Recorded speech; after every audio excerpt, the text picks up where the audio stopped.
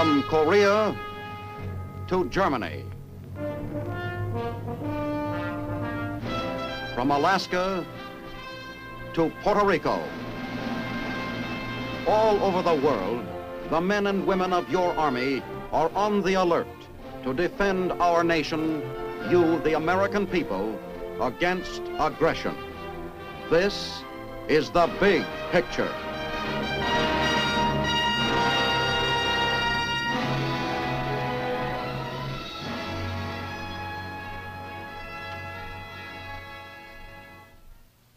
Welcome to The Big Picture, presented by your United States Army. I'm Captain Carl Zimmerman. Your Army is aware of its responsibility to turn out first-class citizens as well as first-class fighting men. That's why it provides news, information, and education for all its personnel. In fact, it's possible for a soldier to leave the Army today far better educated and informed than he was when he came in. It's the soldier's responsibility, just as much as it is yours, to be aware of the problems facing our country today, here and abroad. Let's see now how your Army encourages its men and women to keep informed.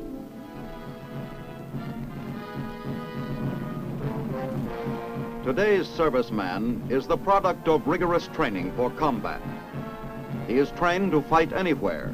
From the day he enters his branch of service, he knows the chances are he will get duty overseas, maybe Japan or Germany, where our forces are constantly alert against a surprise blow by a ruthless aggressor.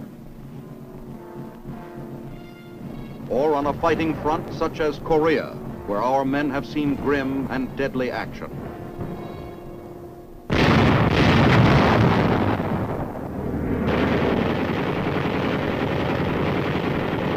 Despite such word-juggling terms as Cold War, Hot War, or police action, he is fighting a major battle in a campaign in which his country's survival is at stake. And his country is mobilizing to back him up. His country, the richest in the world, the strongest and most advanced industrially, is sparing nothing to make him a fighting man second to none, to do everything to assure him victory without sacrifice of life or limb.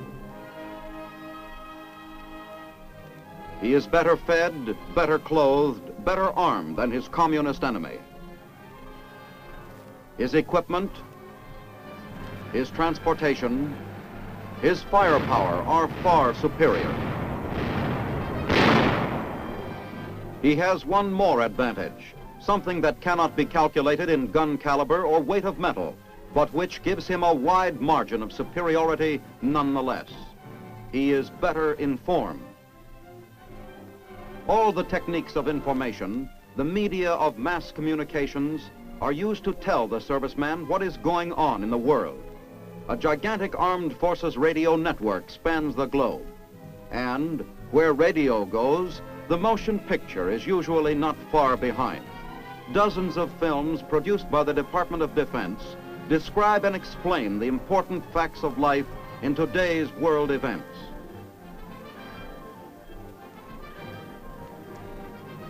And of course, the mighty printed word, in a variety of forms, tells him the issues, the basic facts, and the pros and cons. The communist soldier gets information of a sort, censored and twisted by a political officer, an official interpreter who makes sure the news is presented in accordance with the party line, regardless of omission or distortion. Belief comes ready-made. Conviction is injected by the needle of false propaganda. There are no arguments or discussions unless they follow the official view. There must be agreement or else. Our armed forces believe the best kind of fighting man is the one who knows why he is fighting. Therefore, it provides him with information and lets him think things out and make up his own mind. Facts, not falsehoods. The simple truth instead of the big lie. Keeping him informed is not just a routine phase of armed forces training, something learned and executed by the numbers. It is a natural outgrowth of his status as a citizen and serviceman, a man exercising his rights and responsibilities of citizenship in the freest of democracies.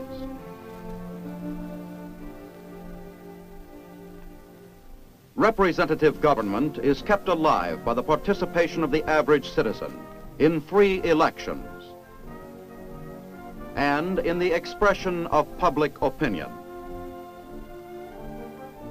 Mr. John Doe has access to many newspapers and magazines which reflect various shades of opinion, so that he can inform himself of all sides to a question and make up his own mind. That is the heart of freedom, the right to make up one's own mind, and to speak and act freely without fear, as long as the public welfare is not endangered. It is a right guaranteed in the Bill of Rights, and the foundation of that right is keeping informed, for without facts, there can be no opinion or discussion.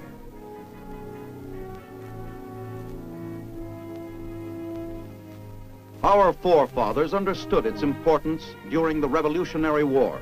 The posters and pamphlets that brought them news gave nourishment to their beliefs and kept warm the hope of victory, even if it could not feed their empty stomachs or thaw their frozen feet. Their leader, George Washington, inspired by the vision of America's greatness, saw how vital was this need of keeping the citizen soldier informed. Impress on the mind of every man, he said, the importance of the cause and what it is they are fighting for. Even before Washington, the country's first settlers, the Pilgrim Fathers, understood this need. They passed a law requiring every community to build a schoolhouse. The Pilgrims had a staunch belief in giving everyone the means of keeping informed. It flowered into the greatest system of free education the world has ever seen. We send more youngsters through high school and college than all the other nations of the world combined. To this end, we maintain 183,000 schools, plus some 2,000 colleges and universities. There are 11,000 public libraries, roughly 200 for every state. They range from mobile bookshelves on wheels that bring information to rural America to the incredibly huge Library of Congress, which contains a complete record of all human knowledge and thought. The staff of life of Keeping Informed, the daily press, provides a variety of 13,000 newspapers reflecting every conceivable point of view on the problems that concern us all. Magazines provide an even greater assortment, over 20,000, many of them devoted exclusively to news and opinion.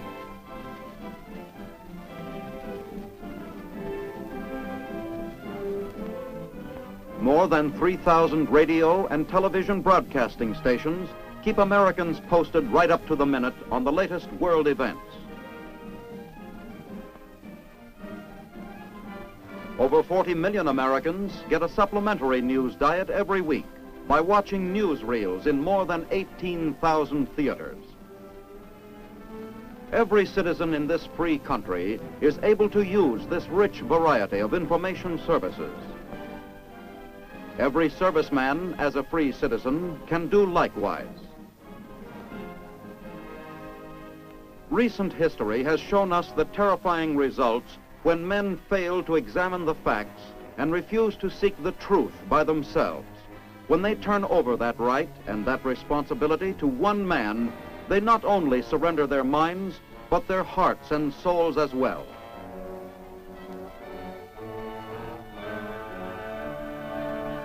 Regimentation of information is the forerunner to this kind of regimentation, and inevitably to this. The Soviet version of regimentation is following the same fatal path.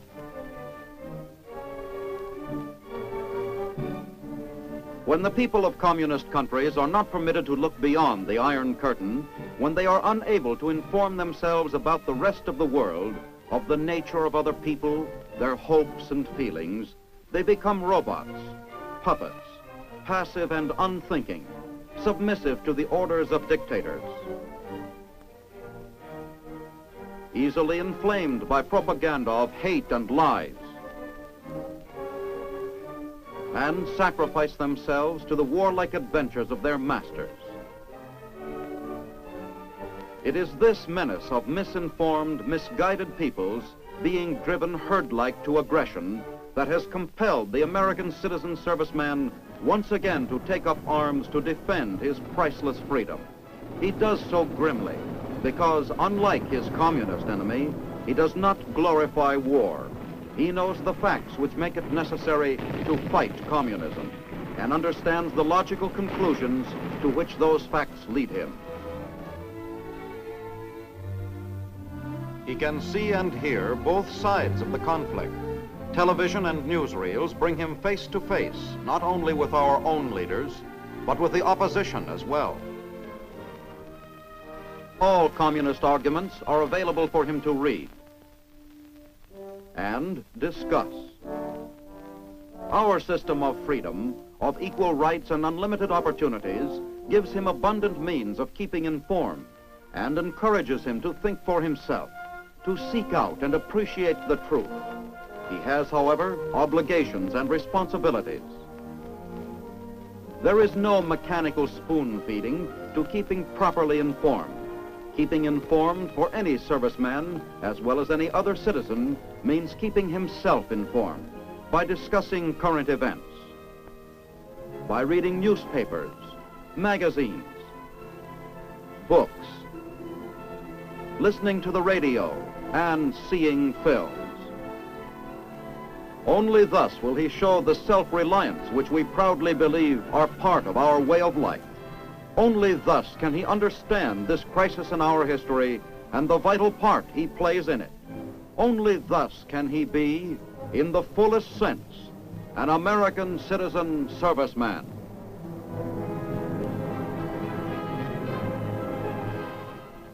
By keeping him informed, your Army encourages the American soldier to have independence of thought and belief, an independence which belongs to him as an American citizen. We'd like to tell you about information in the Army and have you meet Major John Danzenbaker of Ambler, Pennsylvania, who was the I&E officer with the Army's 3rd Division in Korea. Well, John, tell us about the men in the 3rd. How did you keep them informed? Well, Carl, for radio, we had all the facilities of the Far East Network, which included several mobile transmitters in Korea. For newspapers, we had the Stars and Stripes and our own 3rd Division newspaper. Then, of course, whenever there was an opportunity, the unit commanders brought their men up to date on the current situation by means of discussion. Well, that meant then that the soldier in Korea was getting the same news, the same information that the people back home were getting, right? I think so, Carl. The radio and the Stars and Stripes both had full access to all the commercial news services. Mm-hmm. Did all the soldiers see the newspapers, John? I think most of them did. The basis of distribution for Stars and Stripes was 1 copy for every 5 men. Well, certainly, John, it was difficult to prepare a newspaper in Korea. You mean our 3rd Division newspapers? Mm-hmm. Well, of course, there were some problems, but I think we overcame them. We had a very fine crew there. I used one man as a reporter.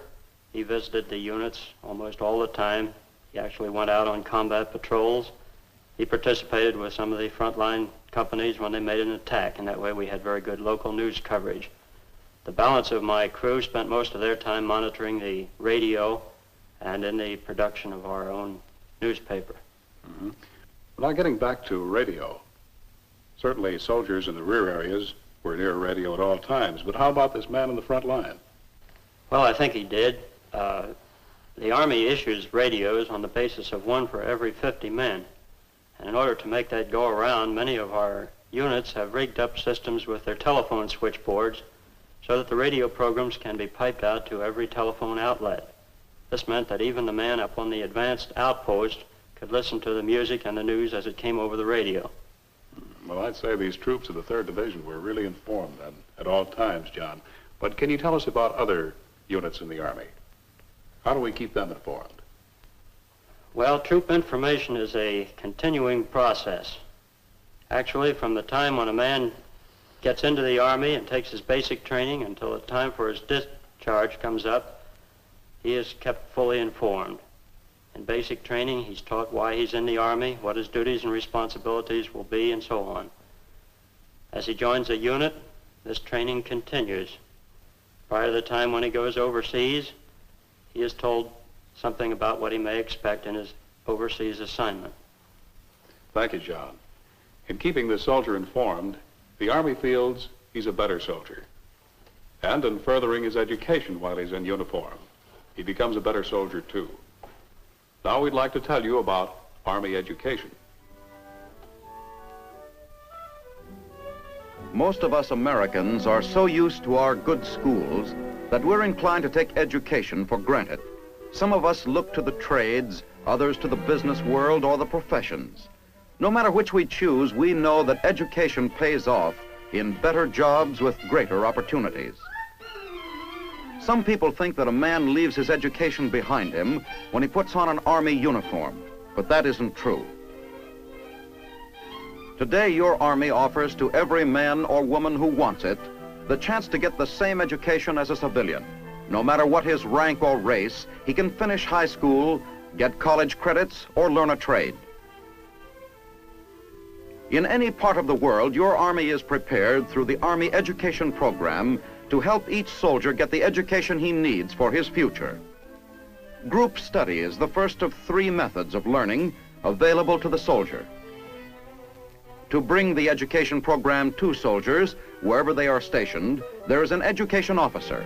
He is there to help a man plan his off-duty education. There are hundreds of class subjects available in group study courses, everything from arithmetic to atomic physics.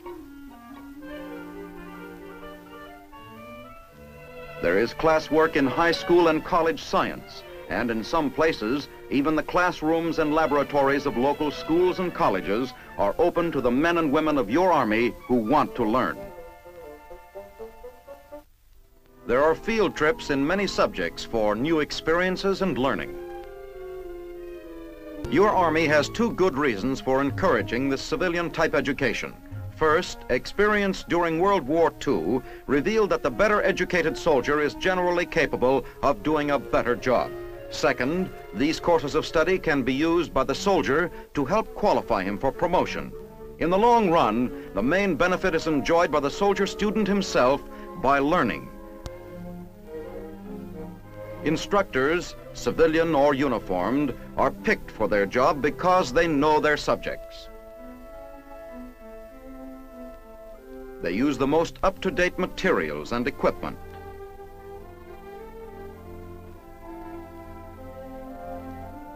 The best books. Even in a combat zone like Korea, Army education doesn't stop. The I&E train comes up close to the front, providing classes and text material to the fighting soldier. But classes are not the only way of getting that diploma, which brings us to the second educational method: self-study. If a class is not available, the education officer will recommend a self-study course to fit the soldier's needs. There is a wide variety of self-study subjects. Each course is written to help a man get the most out of it. For the man who is willing to work, self-study courses provide a great opportunity, not only for knowledge, but for school credit as well. It is surprising how much can be learned in a few off-duty hours of study each week. The third way to get that diploma is through a USAFI correspondence course from the United States Armed Forces Institute. Here again, the education officer helps. Registration in USAFI costs only $2 for as many courses as a soldier wants to take and for as long as he wants to take them. Each correspondence course has been developed with the help of the best teachers in the nation. The courses are complete, even to the lesson forms and envelopes for mailing.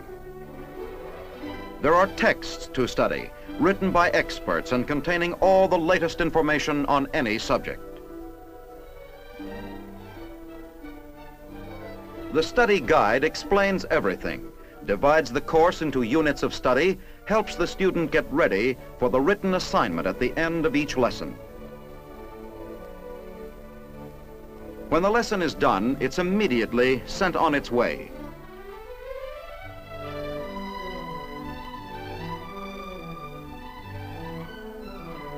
In no time at all, it is at the nearest unit of the United States Armed Forces Institute, the biggest school in the world. Soon the lesson is in the hands of the instructor who will grade it. Not just any instructor, but the one assigned to the student.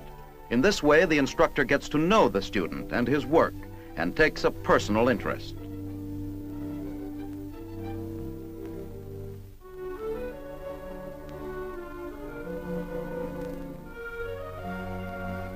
She's in there pitching with a criticism or a compliment just at the time the soldier needs it. It doesn't take long to complete the courses, not with everybody on the soldier's side helping him to prepare for his end-of-course tests. Even here in Korea, the I&E truck of a fighting division arrives at the front line so the education officer can assist the soldier tackle another lesson, another step toward better education, or perhaps a diploma from the school back home. When the principal of the school back home receives the end-of-course marks, he applies them as credits. There is credit, too, for a man who has learned from the books he has read and from the knowledge gained from mastering Army skills in his regular military training. A general educational development test measures this knowledge gained through service experience and training. With the help of the education officer, USAFI, and the principal of the school back home, wherever a soldier may be stationed, he can still graduate from his own school.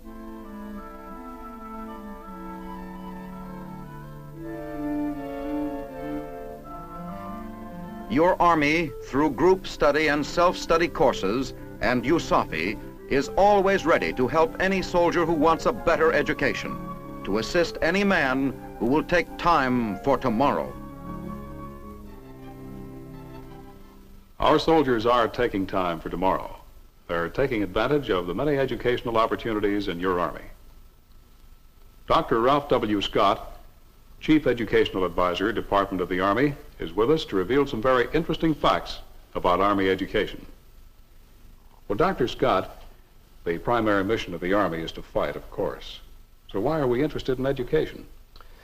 Well, Carl, the Army has found that the more education a man has, the better soldier he is, and the better citizen he will be when he leaves the Army.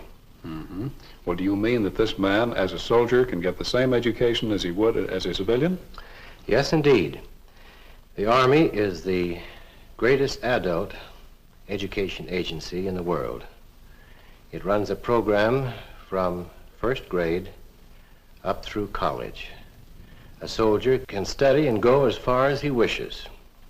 A few figures might interest you. More than 30,000 soldiers were granted 4th and 5th grade certificates last year. And the overall figure for overall participation was 240,000. Well, that's all right here in the States, where you have all the facilities available, but how about overseas? Overseas, the program is just as extensive as it is in the States here. It might interest you to know that 3 great American universities have gone overseas to offer courses to soldiers. In Europe, for example, the University of Maryland offers courses in more than 60 centers. The professors are flown right from the University of Maryland campus, flown over there. The same courses are given there as on the campus. A student can get his degree in Europe without ever having seen the Maryland campus. There are over 5,000 men enrolled in Maryland overseas. The story is somewhat the same in the Caribbean area, where the University of Louisiana State, to be exact, is offering courses to the soldiers. And in the Pacific, the University of California has many centers for soldiers to study in. Mm-hmm. Well, now, Doctor, how about Korea, where the soldier is in combat? You might think that in a combat area like Korea that the soldiers would not have time to study, but that is very far from the truth. In fact, last month, we found that more than 30,000 soldiers were enrolled in correspondence courses in Korea. Sometimes they are studying within sound of artillery fire. We take those courses to them. We take all the educational facilities to them through educational trucks, which go everywhere where the soldier is. And there's, in addition, an educational train, which goes up the track to the front line as far as it can, perhaps in sound of artillery fire. And there the soldier can relax and read in the library that's on the train. He can take a test, or he can buy a correspondence course. And these soldiers are eager for education, even in Korea. This eagerness was illustrated in a rather amusing way in a letter of which I saw a copy the other day. The soldier was sending in his weekly lesson in a correspondence course. He was late, 2 weeks late. He said, "I'm very sorry, sir, that this lesson is 2 weeks late, but my wife gave birth to twins this last week. I promise, however, that this will not occur again." But all humor aside, the soldiers are very earnest and much interested in their educational opportunities in the Army. Thank you, Dr. Scott. We'd like you to remember those two letters, I and E, information and education. They mean that your soldier today is the best informed, the best educated soldier in the world. Our thanks to Dr. Scott and Major Danzenbaker for being with us. Next week, the big picture will show you our Army in training. You'll get a close-up of the combat soldier. This is Captain Carl Zimmerman inviting you to be with us then.